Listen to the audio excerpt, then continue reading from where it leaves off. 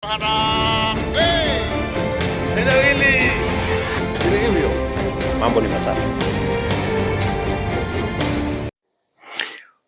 and gentlemen, good evening and welcome back to our channel once again. There is a question which I really want to ask you, because yesterday I witnessed something which really shocked me. Do you think the united opposition can agree to front a single candidate to face William Ruto in 2027? I'm asking that question because yesterday, Fred Matiangi embarked on a series of political activities in Meru County. But that tour was frustrated, was sabotaged by none other than Rigathi Gachagua. I know you are wondering how Rigathi Gachagua frustrated this tour of Fred Matiangi. I am very happy, first of all, to see you. The last time I was here in Meru, we didn't even have officials of Jubilee to meet. I only ended up meeting about 10, 15 people. In fact, at some point, Fred Matiangi was actually heckled.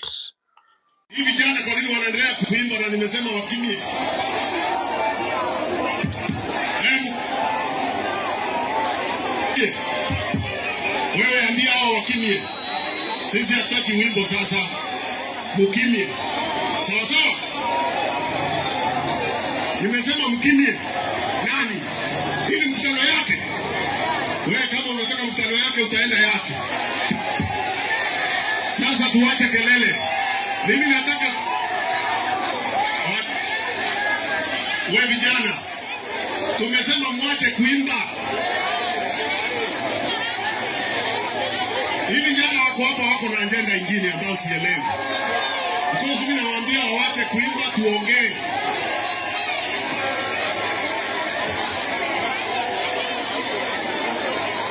Vijana kimieni tuzungumze.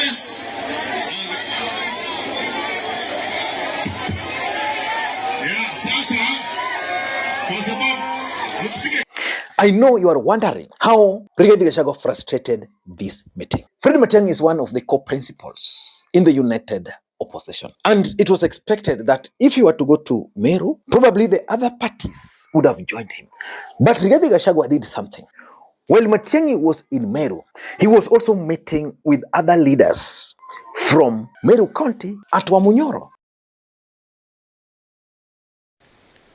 These leaders have come to me because there is danger of grabbing of 200 acres from immense forest in Meru County to build a state lodge and a golf course. Immense forest is a water catchment area that is source of water for 47 springs and all the rivers in Tharaka County, Tharaka Nithi County and Meru County.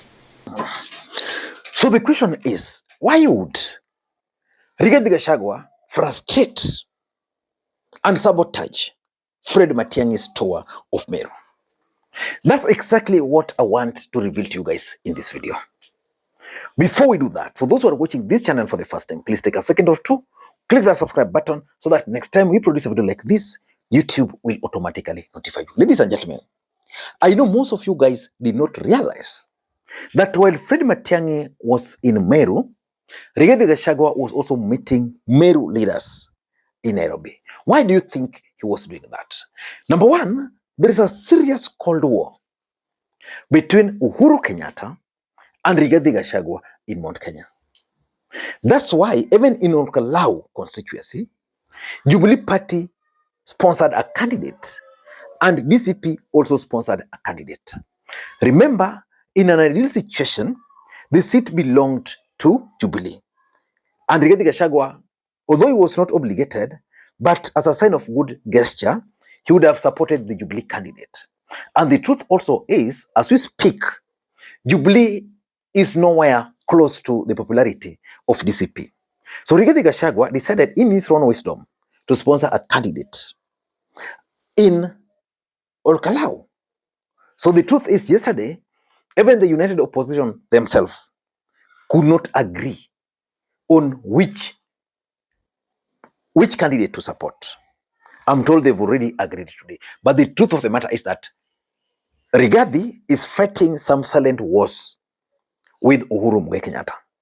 And Fred Matiangi is actually the face of Uhuru Kenyatta. Fred Matiangi is being fronted by Uhuru Muigai Kenyatta. And that's why, in my view, he decided that, okay, you go, but I'm calling the leaders from that region to this place. Number two, and this is something which I keep on saying, Rigathi Gachagua is a very shrewd politician. There are things he can see while seated, and most of these guys cannot see while standing. Rigathi Gachagua knew so well that if he had not invited these guys to Wamunyoro, and Fred Matiangi showed up, some of these guys, leaders, would have actually joined him. So he wanted to deny Fred Matiangi the audience. For example, if for example you are a member of Wiper and Matiangi is coming to Ukambani, or let's say Rigathi is coming to Ukambani and is coming in your area where you are an aspirant, in most cases, because they are in the same camp, you would show up. That's exactly what Rigathi didn't want to happen.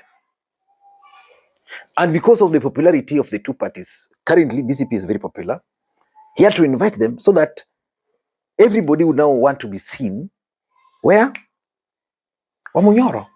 Just to deny him the numbers, the aspirants, even the elected leaders who would have joined him.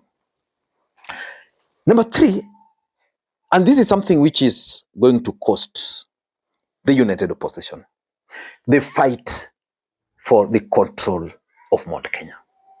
Which party controls Mount Kenya as we speak? Between Uhuru Kenyatta and Rigathi Gachagua, who is the kingpin? And who is the preferred presidential candidate from the mountain? That's where the war is. Because Uhuru is fronting Matiang'i. Rigathi is for Stephen Kalonzo Musyoka.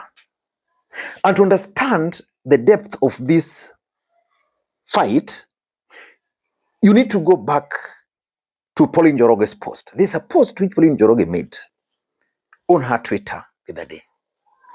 And in that post, she had actually asked the supporters, the followers, who are mostly the Kikuyu nation, because the post was in Kikuyu. She had asked them, which formation can easily win? Surprisingly, most people who answered those questions were in agreement that Fred Matiangi should be what? The candidate. And Kalonzo, the deputy president, or Sifuna, deputy president. So it tells you something about Mount Kenya. That Mount Kenya really loves Rigathi, but they know Rigathi cannot run, or is not presidential material. And therefore, the only hope is Matiang'i.